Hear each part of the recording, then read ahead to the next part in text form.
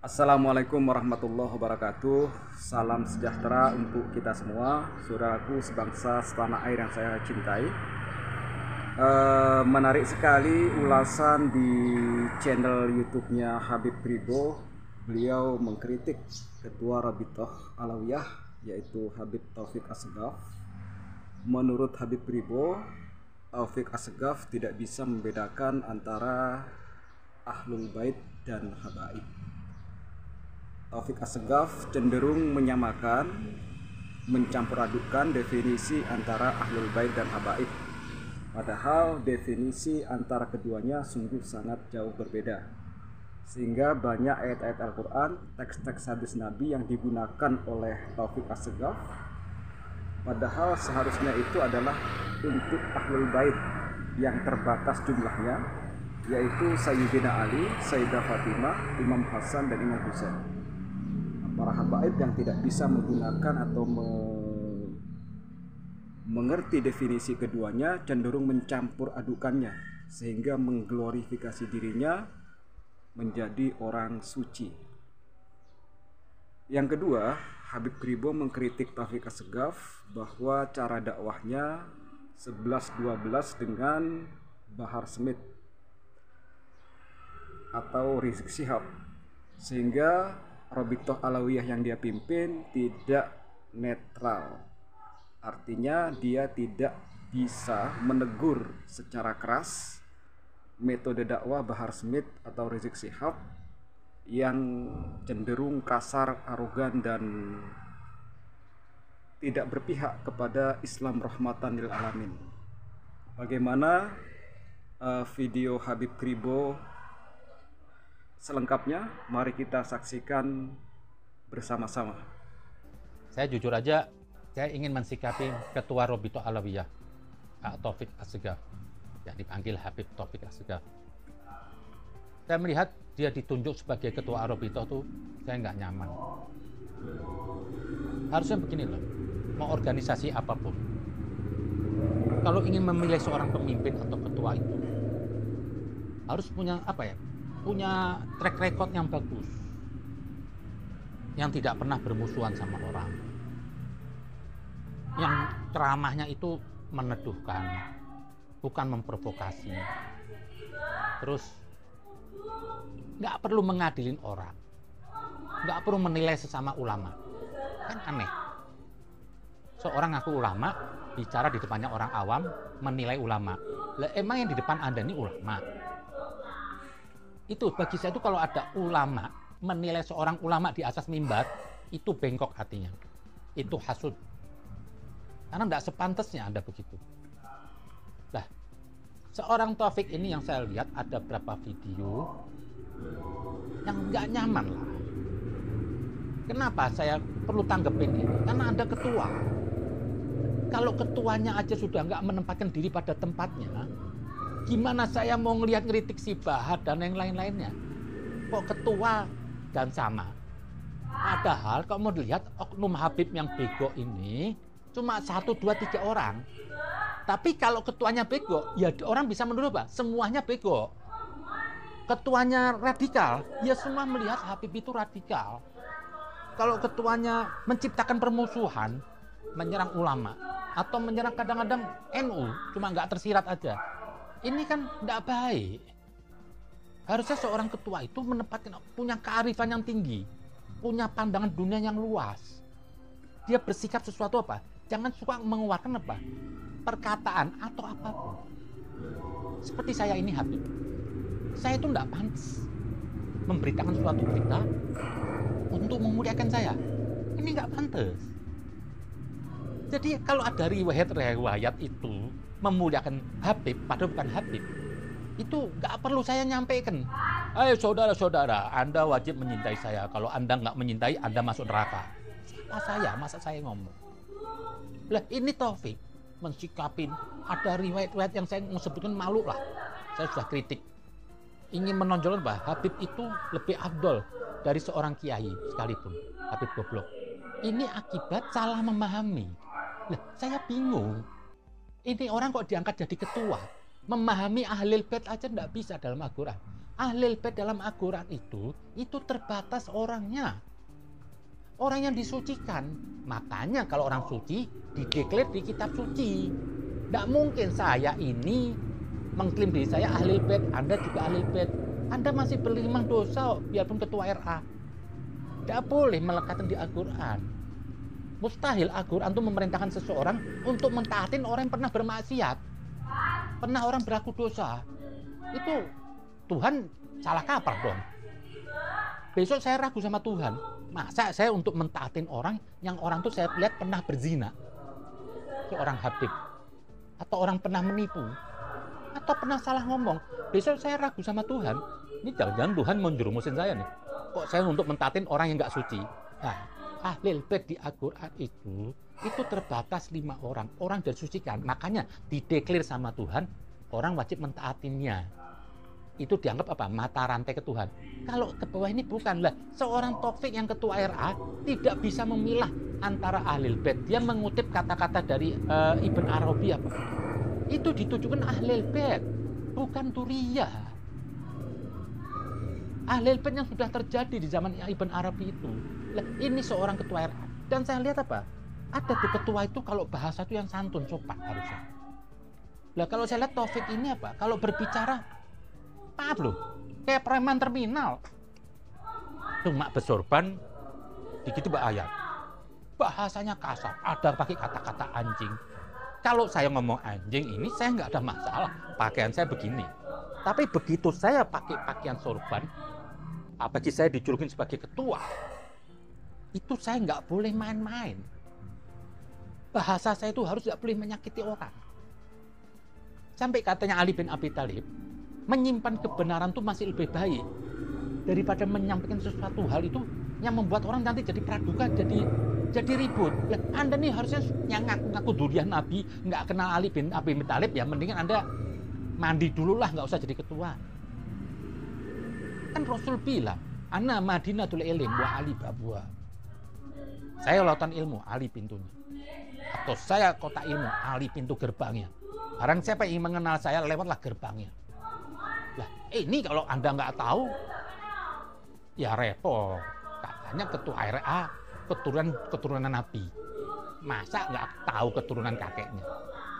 Masa belajar agama itu? Lah ini saya lihat karakter Taufik ini yang tidak pantas. Tidak boleh ditoleransi. Seorang ketua itu kalau salah harus mengundurkan diri lah. Demi maslahat warga Nabi yang ada di Indonesia ini. Jangan terus jadi caci maki. Mungkin banyak orang yang kecewa itu kenapa kok datang dari ketuanya aja begitu. Tapi saya lihat sikap dari NU bagus. Gus Yahya itu bagus. Mengkritiknya juga bagus. Malah terakhir diajak anekdot sama Gus Yahya. Kalau kepingin kenal pejabat mau dianterin. Emang mungkin nih Taufik ini belum pernah foto sama Jokowi. Kepingin foto sama Jokowi kali. Janganlah gitu. Mungkin ada banyak perkataan Taufik ini sebelum menjadi ketua itu yang terlalu keras. Kan di depan Anda tuh orang-orang awam. Mungkin Anda mengkritik kiai-kiai yang lain ulama. Janganlah. Buat Nahdlatul Ulama itu dibuat untuk membentengi akidah Ahlussunnah wal Jamaah. Diadakan Ansor, diadakan Banser itu untuk mengamankan ulama, untuk mengamankan, untuk membela yang hak. Lah kok saya gini? Gunakan untuk yang lainnya. Yang jadi ketua NU enggak 100% Ahlussunnah wal Jamaah. Condong sana, condong sini. Ansor Bansernya Ken Joko, Lady Gaga. Apa ini? Saya tidak setuju kalau Ansor Banser juga ikut jalan menghancurkan sana, menghancurkan sini. Saya tidak setuju. Tapi saya juga tidak setuju kalau memang Ansor Banser njogo gereja. Apa untungnya? Jangan terlalu apa ya? Kalau ada ulama dekat sama penguasa itu, jangan terlalu terus setan. Terus salah belum tentu. Misal begini, kalau presiden mau dekat sama Habib Lutfi, apa Habib Lutfi harus kabur, ngumpet? Ya nggak betul dong. Tanya mau deket Jokowinya. Jangan dianggap terus Habib Lutfi dekat sama Jokowi itu terus Anda mau katakan dia ini ulama yang menyembah kekuasaan. Enggak juga lah. Terus Gus Yahya, PBNU, berapa ulama Kiai NU dekat dengan Jokowi. Jokowi datang 1 abad, masa diusir? Nggak boleh. Diusir semua tuh Jokowi datang. Kapan nggak 1 abad? Nggak boleh. Jadi semua nggak boleh. Mau saya bilang tadi apa? Ilmu tanpa akal bisa menyesatkan pemiliknya, kata Ali bin Abi Thalib. Jadi Anda jangan kutip hadis, tapi Anda nggak gunakan akal Anda. Akhirnya tersesat. Orang dekat sama penguasa sesat kafir. Lah besok kalau presidennya lebih alim daripada Anda gimana? Presiden Iran tuh Ayatullah loh. Hujatul Islam. Untuk bisa jadi Hujatul Islam tuh perlu belajar 20 tahun. Anda belajar di mana? Atau mungkin Pak Taufik ini merasa meng-underestimate Jokowi? Saya jujur, secara personal, secara pribadi, Anda ini semuanya kalah dengan Jokowi. Jokowi sudah diuji. Di depannya itu kekuasaan.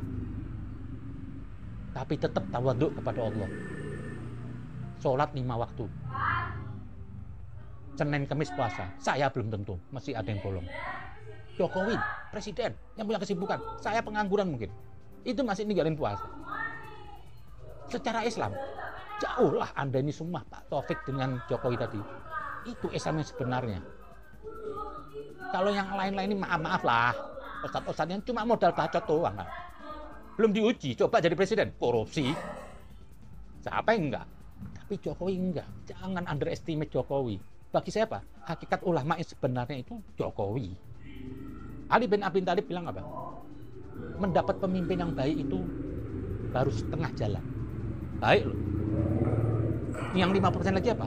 Ketaatan rakyat kepada pemimpinnya. Jadi jangan melihat pemimpin itu seperti musuh. Kok harus dianggap kafir? Nggak bisa begitu dong. Ya pemimpin dideketin dong. Jadi kalau ada Gus Yahya NU atau kiai yang lain atau Habib Lutfi deket Jokowi itu, emang kebetulan Jokowinya baik. Kalau deket sama SBY dulu dukung SBY, ya saya rakyat sekarang nggak butuh. Bisa malah, saya tuh kemarin ketemu ibu-ibu yang saya anggap ini nggak tahu dunia lah. Saya tanya, Bu, nanti pilih siapa Bu? Ya, pokoknya asal jangan Anies. Ibu bisa tahu, ini teknologi. Jadi jangan suka memandang bangsa ini bodoh, enggak. Ini bangsa semua cerdas. Nah, yang saya sayangkan apa? Pak Taufik ini bicara di muka umum. Yang dengar orang awam. Mau ngapain sih? Menilai ulama. Itulah. Jadi saya ambil kesimpulan di sini. Saya mintalah kepada keluarga-keluarga Mbak Alwi yang ada di Jakarta. Untuk satu, meredakan emosi orang. Wajar orang marah. Orang masih menghormati dia sebagai ketua loh. Tapi harusnya keluarga Mbak Alwi itu sadar diri. Harusnya seorang Taufik ini diganti. Kenapa? Sudah mencederai, menyakiti banyak bangsa Indonesia.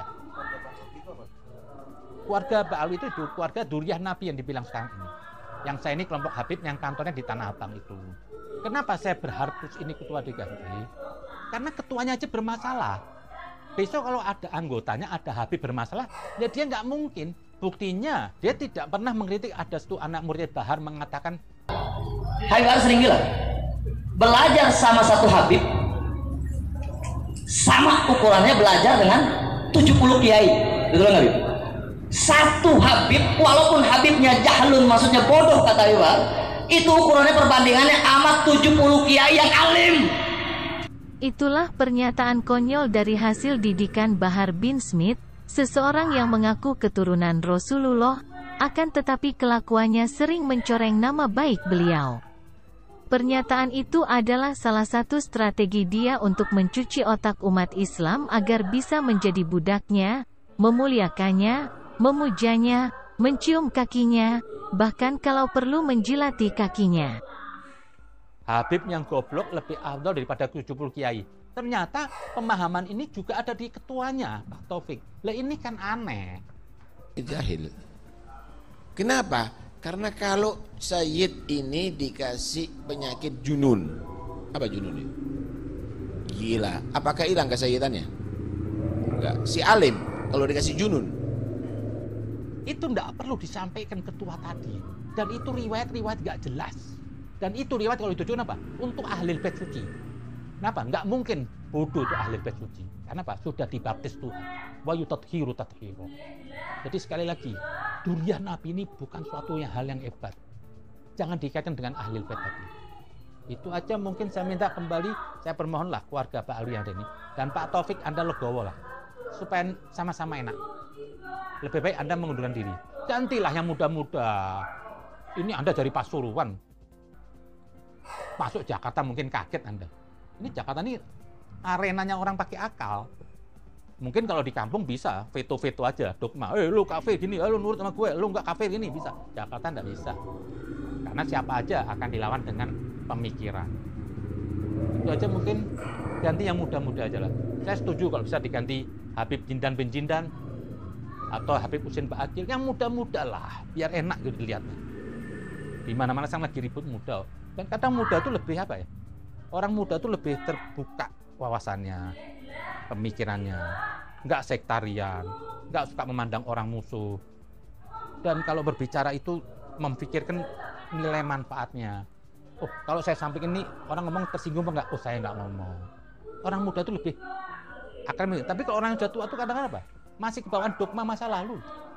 Belajar agama dogma. Kalau nggak gini kafir, ini surga. Lah ini kacamata kuda. Saya kenapa minta ada reformasi di tubuh Arobita ini? Karena saya butuh ketua itu yang punya bijaksana. Besok-besok kalau ada oknum Habib seperti Bahar atau Rizik itu bisa dikeluarkan statement sikap. Tidak harus Bahar jadi orang baik, tapi minimal apa? Arobita kan sikap. Itu sikapnya Bahar itu di luar kebijaksanaan, di luar yang nggak baik, bukan dalam kendali Habib. Perlu dikasih warning aja. Emang Arobita ini bukan lembaga yang bisa mengatur anak buah. Tapi minimal Anda ngeluarin statement. Lah, kalau ketuanya ini kemarin Pak Taufik yang punya karakter juga sama, pantes kok saya tunggu nggak ada berita, nggak ada permohonan maaf kek apa kek. Kan harusnya Anda tahu diri. Waktu si Bahar mengatakan kalau nggak ada orang Arab, orang sini nyembah pohon apa. Ini kan kebiadaban tingkat tinggi ini. Kok jadi begini? Sementara Rasulnya, Nabinya tidak pernah bangga sama dirinya. Karena bangga itu apa? Kesesatan. Kita merasa bangga sedikit sudah sesat. Nggak boleh. Nabi aja terus merendah. Mau ada perkataan itu, rendahkan diri Anda selalu. Niscaya Allah yang akan mengangkat derajat Anda. Terima kasih. Assalamualaikum. Oke, saudaraku sebangsa setanah air yang saya hormati, itulah video dari Habib Kribo. Beliau adalah seorang Habib nasionalis yang pro pada keberagaman dan NKRI. Saya himbau saudara semua untuk mensubscribe channel YouTube-nya Habib Kribo. Kita gemakan, kita gaungkan semangat cinta NKRI, membela yang benar, menjadikan Islam sebagai agama yang rahmatan lil alamin. Wassalamualaikum warahmatullahi wabarakatuh.